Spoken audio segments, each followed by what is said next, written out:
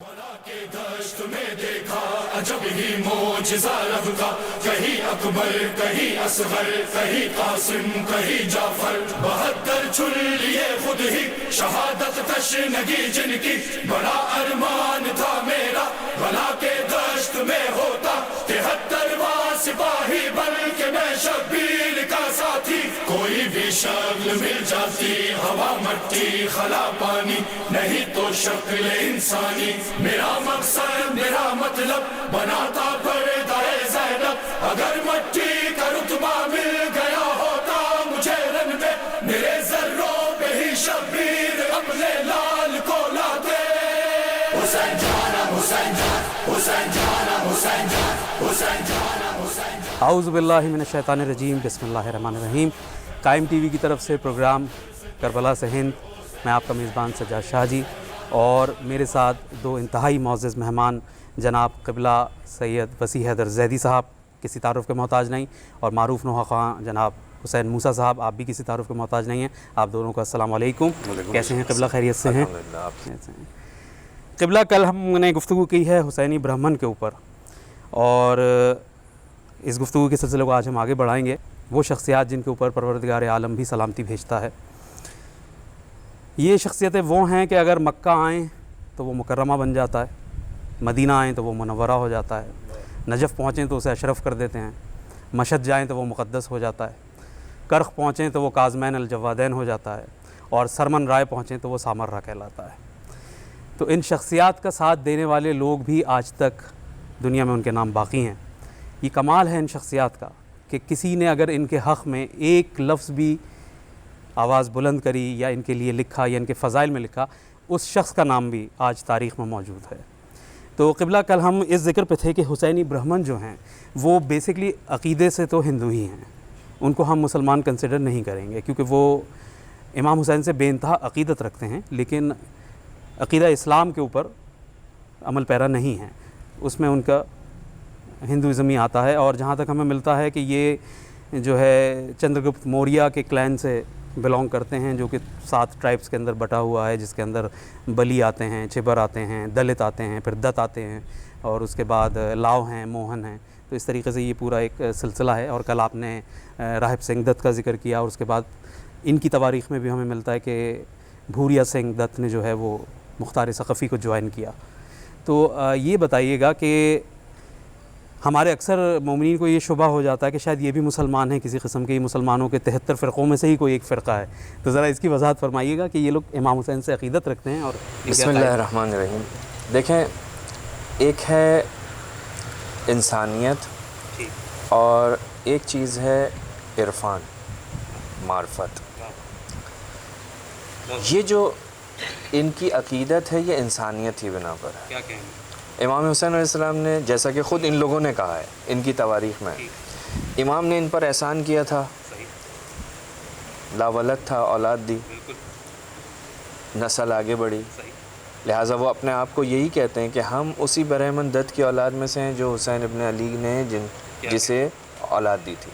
آج بڑے بڑے نام ان کی ہسٹری کے اندر جو اس وقت موجود، ہاں، معروف لوگ موجود ہیں جو یہ فخر کرتے ہیں کہ ہم ان کی اولاد میں سے ہیں۔ تو یہ انسانیت کا تقاضا تھا، یہ انسان کی فطرت کے اندر موجود ہے کہ انسان جو ہے وہ مظلوم کی مدد کرتا ہے۔ ان میں انسانیت تھی، امام حسین کو دیکھا، ایک طرف سے ان کا احسان تھا، دوسری طرف یہ امام حسین علیہ السلام کے ساتھ پیش آنے والا واقعہ، یہ چیزیں سبب بنی کہ یہ امام کے قریب آئیں۔ اپنی ضروریات جب انہوں نے دیکھی، کوئی حاجت دیکھی، امام کے قریب آئے، لیکن ان کی معرفت اس مقام پر نہیں پہنچی کہ یہ اپنے اس عقیدے کو چھوڑ کر امام حسین علیہ السلام کے حقیقی ماننے والوں میں داخل ہو جائیں۔ کیونکہ ہماری جو روایات کے اندر، جو اہل بیت کی روایات ہیں، ان کے اندر جو سب سے زیادہ تاکید ملتی ہے وہ لفظ معرفت کی ہے، یعنی محبت تو کرتے ہیں لیکن ان کی محبت اس مقام پر نہیں پہنچی کہ یہ امام حسین علیہ السلام کو حجت اللہ کے عنوان سے جانتے ہوں، پہچانتے ہوں، مانتے ہوں۔ حجت اللہ، یہ اللہ کی حجت ہے، واجب الاطاعت، اس کی اطاعت جو ہے وہ مجھ پر واجب ہے، یہ نہیں مانتے۔ امام کی معرفت کا جو کم ترین درجہ ہے وہ یہ ہے کہ اسے حجت اللہ، اسے واجب الاطاعت، اسے شہید، یہ ماننا ضروری ہے۔ تو یہ لوگ جو ہیں وہ انسانیت والا پہلو اور وہ احسان والا پہلو جو ہے وہ اس کی بنا پر ہم دیکھتے ہیں صرف حسینی برہمن ہی نہیں بلکہ اس دنیا کے اندر مختلف قسم کے جو آپ کو مذاہب، چاہے وہ آسمانی ہوں چاہے غیر آسمانی ہوں، عیسائی وہ بھی آپ کو حسین ابن علی کے در پر آتا ہوا دکھائی دے گا، مجوسی بھی آتا ہوا دکھائی دے گا، اور آپ کو اس قسم کے ہندو اور سکھ جو کہ الہی ادیان سے تعلق نہیں ہے جن کا، وہ بھی وہاں پر آتے ہیں۔ تو یہ جو ان کا آنے کا جو سبب ہے وہ انسانیت والا پہلو ہے، لہٰذا امام کی مظلومیت سن کے گریہ بھی کرتے ہیں اور امام کو ایک شخصیت مان کر امام سے توسل بھی کرتے ہیں، اپنی حاجتوں کو بھی امام سے پا لیتے ہیں۔ لیکن وہ معرفت کہ جو انہیں دین ہندو سے، ہندو مذہب سے، ہندو دین سے اسلام کے اندر داخل کر دے، وہ اس مقام پر نہیں پہنچے، لہٰذا یہ ہندو ہیں۔ امام حسین علیہ السلام سے ان کو عقیدت ہے، احترام ہے، اور بہرحال اس کا بھی یقیناً کوئی نہ کوئی ان کو صلہ اس دنیا کے اندر پروردگار عالم کی طرف سے ضرور ملتا ہے اور ملتا رہے گا۔ بالکل، بے شک۔ جب اب آپ نے معرفت کی بات چھیڑی ہے تو یہاں سے ہی ہم اپنے اگلے سوال کو اس میں جوڑیں گے کہ یہ بتائیے گا کہ سن 60 ہجری میں ایسے کیا حالات پیدا ہوئے؟ کیا معرفت کی بہت زیادہ کمی ہو گئی تھی کہ لوگ وقت کے امام کی معرفت نہیں رکھ رہے تھے، یا امام خود گوشہ نشین ہو گئے تھے؟ کیا امام اس زمانے میں تبلیغ نہیں فرما رہے تھے؟ امام حسین کے وہ 10 سال جو امام حسن کے بعد مدینہ میں ہیں، اس میں ڈیفینیٹلی امام حسین نے حج کے دوران بارہا لوگوں کو یہ کہا کہ تم لوگ نہیں دیکھتے کہ دین پہ عمل نہیں ہو رہا، تم لوگ کیا کر رہے ہو؟ اور ہمیں مختلف کتابوں میں یہ واقعات ملتے ہیں۔ کیا وجہ تھی کہ لوگوں میں معرفت اجاگر نہیں ہو رہی تھی، اور صرف فقط 50 برس بعد واقعہ کربلا رونما ہوتا ہے رسول اکرم کے اس دنیا سے پردہ فرما جانے کے بعد، اور ابھی کئی صحابی رسول جو ہیں وہ حیات ہیں جنہوں نے رسول اکرم کو دیکھا ہے، تابعین بھی موجود ہیں، تو پھر یہ معرفت میں اتنی کمی کیسے آئی کہ امام حسین اعلانیہ مدینہ چھوڑتے ہیں، مکے سے سفر اختیار کرتے ہیں اور آبادیوں سے ہوتے ہوئے گزرتے ہیں، اور لوگ آپ کا ساتھ نہیں دیتے، لوگ اس طریقے سے آپ کے ساتھ نہیں آ رہے؟ یہ معرفت کی کمی کہاں سے، یہ آپ کہاں اس میں لیک دیکھتے ہیں؟ دیکھیں، بہت ہی حساس جی، بہت حساس نقطہ ہے سوال تاریخ کا کہ کیا ہوا رسول خدا کے بعد کہ ابھی سن رسول کی رحلت ہوئی اور اس کے بعد سن 60 ہجری یعنی 50 سال کے وقفے میں جو کہ اصحاب رسول موجود ہیں اور فرزندان رسول موجود ہیں، ان کے ساتھ جو ہے ان کا رویہ کہ جنہوں نے دیکھا تھا کہ رسول خدا اپنے ان بچوں کے لیے کس انداز میں اپنی خطبہ جمعہ کو چھوڑ دیتے تھے، مسلمانوں سے خطاب کرتے ہیں، امام حسین کو دیکھتے ہیں قدم لڑکھڑائے، خطبہ چھوڑ کے آ جاتے تھے، اپنی زانوں پر بٹھاتے تھے اور یہ کہتے تھے اے رفو حاضہ، اس کو پہچان لو، یہ کون ہے؟ یہ حسین ہے۔ سب جانتے تھے یہ فرزند فاطمہ ہے، یہ فرزند حسین ہے۔ اس کے باوجود امام حسین علیہ السلام یا امام حسن مجتبیٰ علیہ السلام کو کا تعارف کراتے تھے۔ اچانک کیا ہوا کہ وہ ایک زمانہ گزرا 4 خلفاء مسلمانوں کے اعتبار سے، اور اس کے بعد جو ہے پھر امام حسن مجتبیٰ کا وہ زمانہ، اور بہت ہی سخت زمانہ کہ کس طرح سے امام حسن مجتبیٰ کے اوپر ظلم ڈھائے گئے اور آخر میں ایک سازش کے تحت امام کو شہید کیا گیا زہر کے ذریعے۔ اور یہ زہر تو آخری یعنی جو ہم سنتے ہیں اس سے پہلے کتنی مرتبہ امام حسن مجتبیٰ پر حملے ہوئے مختلف انداز میں، آپ کو شہید کرنے کی کوشش کی۔ بالکل، تاریخ شواہد ہے ہم پہ۔ اس کے بعد 10 سال کا عرصہ ہے، تو اگر ہم دیکھیں تو یہ امام حسن مجتبیٰ کے زمانے سے ہی ایک سلسلہ شروع ہوا کہ یزید کو آگے لایا جائے، لیکن کچھ ایسے ایگریمنٹ تھے، کچھ ایسے معاملات تھے کہ جن کی وجہ سے یزید کو آگے نہیں کیا جا سکتا۔ ایک اہم ترین مسئلہ جو تاریخ اسلام کے اندر دکھائی دیتا ہے وہ ہے صلح امام حسن مجتبیٰ۔ اس کی ایک شک یہ تھی کہ حاکم شام جو ہے اسے حق نہیں ہے کہ وہ اپنے بعد بالکل صحیح. اپنا جانشین اپنی اولاد کو یزید کو اپنے جانشین کے طور پر نصب کرے، یہ اسے حق نہیں ہے. بلکہ اب یہ خلافت پلٹے گی امام حسن مجتبیٰ کی طرف ظاہری طور پہ، ورنہ ہمارا عقیدہ کچھ اور ہے.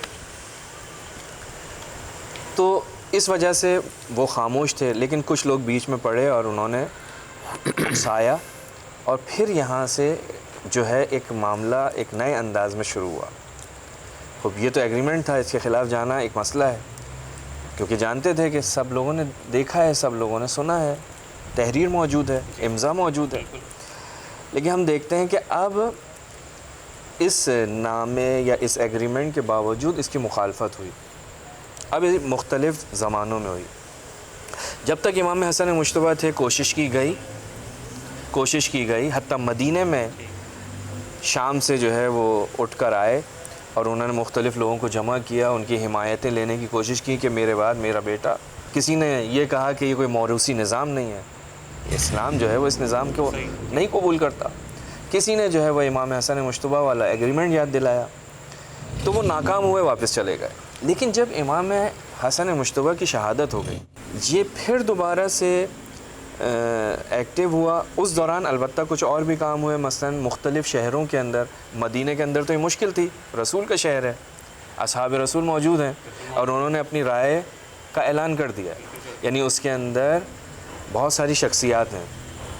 اچھا، تاریخ ہمیں نام بتاتی ہے کہ جی کن بالکل. افراد سے باضابطہ جو طور خاص پہ طور بیعت کا پر جو مطالبہ وہاں کیا پر گیا؟ جو خاص طور پر جن افراد کو جو ٹارگٹ کیا گیا تھا، ان میں سے عبداللہ ابن عمر، عبداللہ ابن زبیر، عبداللہ ابن عباس، عبد الرحمن ابن ابی بکر اور امام حسن اور امام حسین. یہ تو تھے ہی تھے. ان لوگوں سے بات نہیں ہوتی تھی، ان تین کو راضی کرنے کی کوشش کی جاتی تھی، لیکن انہوں نے صاف صاف انکار کیا، کیونکہ وہ خود دو تو وہ ہیں کہ جو خود جن کے والد جو ہیں وہ خلیفہ تھے. تو کہا کہ یہاں پر انہوں نے سیدھے سیدھا کہا، بعض لوگوں نے کہا کہ تو میرڈ، اور اس کی میرڈ بنتی نہیں ہے، اس کا جو کردار ہے وہ تمام لوگوں کے سامنے ہے، شارب الخمر ہے، کھلا اسلام کے عقائد کی مخالفت کرتا ہے. لہٰذا انہوں نے کیا کیا کہ مدینے سے تو نا امید ہو گئے، لیکن اب اس کے پیچھے انہوں نے کوفہ، بصرہ اور مختلف جگہوں پر جو ہے ان کے جو افراد تھے، مثلا مغیرہ زیاد ابن ابی، اس قسم کے جو لوگ تھے، مغیرہ تھا، ان کو مورد اعتماد اپنا اعتماد میں لیا، اور ان کے ذریعے سے جو ان علاقوں کے جو سردار تھے ان کی رائے کو یزید کے حق میں پیسے دے کر. باقاعدہ تاریخ کا جملہ ہے. مطلب یہ ہارس ٹریڈنگ آج کی نہیں ہے. بالکل. اس زمانے کے اندر بھی جب پوچھا گیا ہے، حکیم شام نے پوچھا کہ بھائی یہ تمہارے باپ نے جو ہے ان لوگوں کو کیسے راضی کیا؟ کہا کہ ہر آدمی کو 30,000 درہم جو ہیں وہ دیے ہیں. کہا بہت سستے میں یہ کام ہو گیا. تو 30,000 درہم لے کے وہ آ کر جو ہے وہ تعریفیں کرنا شروع کی انہوں نے شام میں کہ یزید لائق ہے اس منصب کے. اور تو یہ مختلف شہروں کو کے لوگوں کو انہوں نے جمع کیا، اور ان کے ذریعے اس طرح سے ایک سسٹم چلتا رہا. اور پھر اس کے بعد ہمیں ملتا ہے کہ جب امام حسن مجتبیٰ کی شہادت ہو گئی، اور پھر اس کے بعد یہ مسئلہ تیز ہوا ان آخری 10 سالوں کے اندر جو امام حسین علیہ السلام کے تھے. اور پھر مروان کو راضی کیا گیا، مروان ناراض تھا، اس کو راضی کیا. اور پھر مدینہ میں خط آیا اور اس سے کہا کہ ان 3 عبداللہوں سے، خاص طور پہ عبداللہ ابن عباس، عبداللہ ابن زبیر، عبداللہ ابن عمر، ان سے جو ہے، کیونکہ یہ مخالف تھے، کہا ان سے جو ہے بیعت لو ولی عہد کے لیے. انہوں نے انکار کر دیا. انہوں نے اس وقت بھی انکار کر دیا، قبول نہیں کی. پھر 56 ہجری کے اندر دوبارہ امیر شام اٹھ کے مدینہ آتے ہیں، اور پھر وہاں پر انداز جو ہے وہ اب بدل جاتا ہے. اب انداز جو ہے وہ نہیں ہے پیار محبت والا نہیں ہے، بلکہ اب جو ہے وہ سب کے ساتھ جو ہے وہ ایسا ہے کہ مثلا جیسے دھمکی دینا اور اس قسم کا انداز جو ہے وہ اپنایا جاتا ہے. بہرحال اس وقت بھی ان لوگوں نے قبول نہیں کیا، اور بالآخر سن 60 ہجری پہنچی، اور پھر وہاں کا جو ہے ایک الگ ایک مسئلہ تھا جو آپ نے مدینہ کے اندر دیکھا کہ امام حسین علیہ السلام کو بلایا جا رہا ہے، عبداللہ ابن زبیر کو بلایا جا رہا ہے۔ عبداللہ ابن زبیر رات کی تاریکی کے اندر مدینے سے مکے کی طرف چلے گئے۔ امام حسین علیہ السلام کو بلایا، امام گئے اور امام نے وہاں پہ سنی ان کی باتیں، اور امام نے کہا کہ دن کی روشنی میں گفتگو ہوگی۔ تو اب یہاں پر تاریخ کے اندر اختلاف ہے، بعض لوگ کہتے ہیں وہیں پر مروان نے کہا اور امام نے پھر اس کو وہاں پر تنبیہ کی اور اس کی حقیقت کو اس کو بیان کیا، اور پھر اس وقت وہاں یہ بتایا کہ میں یزید کی بیعت کروں، یزید شارب الخمر ہے، علی الاعلان فسق کرتا ہے، میں انا اہل بیت النبوہ و معدن الرسالہ و مختلف الملائکہ، میں وہ ہوں۔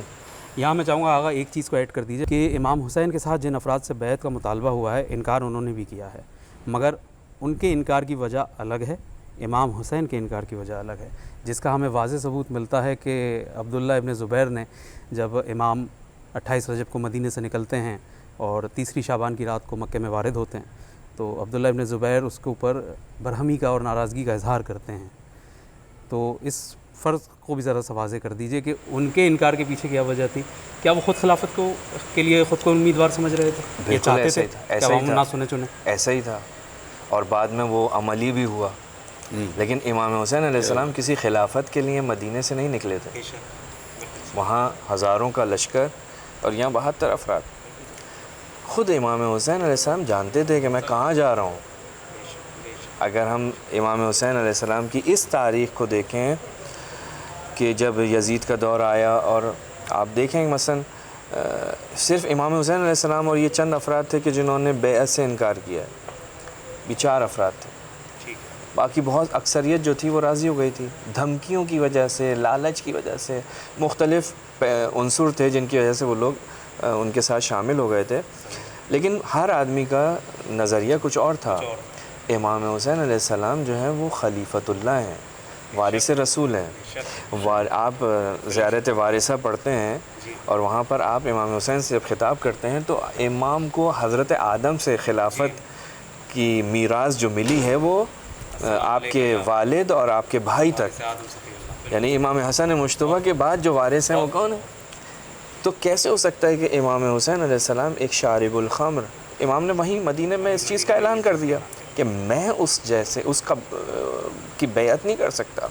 اب یہاں پر ایک جملہ ملتا ہے امام حسین علیہ السلام کا جو آپ نے مروان سے کہا کہ جب مروان نے آ کر مشورہ دیا کہ بہتر ہے کہ آپ بیعت کر لیں، تو امام نے فرمایا جو بعض لوگوں نے نقل کیا ہے، مثلی لا یبایو مثلا۔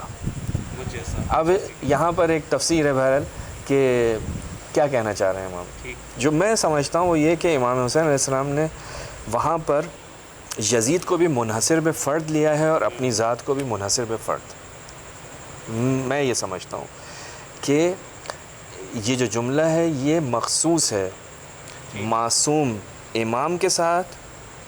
جب امام نے کہا مثلی، امام یہ بھی کہہ سکتے تھے میں اس کی بیعت نہیں کروں گا، لیکن امام نے کہا نہیں مجھ جیسا۔ اگر یہ جملہ امام کا ہے تو امام کہہ رہے ہیں مجھ جیسا، مطلب بات کو 2 افراد میں محدود نہیں کیا گیا۔ ہاں نہیں، ایک طرف سے 14 ہیں اور سامنے ایک ہی ہے۔ کیا کہنے، واہ واہ واہ، کیا بات، ایک طرف سے یعنی مجھ جیسا کون ہے؟ مجھ جیسا یا زین العابدین ہے، بے شک، یا امام محمد باقر ہے، امام صادق ہیں، اور یہ سلسلہ جو امام زمانہ تک ہے، یعنی یہاں پر تو یہ ہیں، اور سامنے کون ہے؟ یزید ہے۔ یعنی یزید کے اندر کچھ ایسی مسائل تھے کہ جس کی وجہ سے کوئی بھی امام کسی بھی طرح سے اس کے ساتھ کمپرومائز، یعنی کسی بھی حد تک لچک اس کے ساتھ نہیں ہوگی۔ یعنی پچھلے زمانے کے اندر آپ دیکھیں گے، پچھلے زمانوں میں مسلسل مختلف انداز میں، لیکن یہ جو زمانہ ہے جب حاکم حکومت یزید کے ہاتھ میں ہو تو اس کے سامنے جو امام حسین علیہ السلام یا امام حسین کا جانشین اگر کوئی ہوگا تو وہ کبھی بھی اس کے سامنے نہیں جھک سکتا۔ سبحان اللہ سبحان اللہ۔ ناظرین، آپ نے سنا کہ قبلہ وسیع حیدر زیدی صاحب جو ہیں وہ کیوں جامع الکمالات کہے جاتے ہیں، کہ آپ نے کس خوبصورتی کے ساتھ اتنی طویل تاریخ کو کوزے میں بند کیا ہے اور ہمیں کتنے اچھے سے یہ نکتے سمجھائے ہیں کہ ان کو ایک سہل انداز میں کوئی بھی سمجھ سکتا ہے۔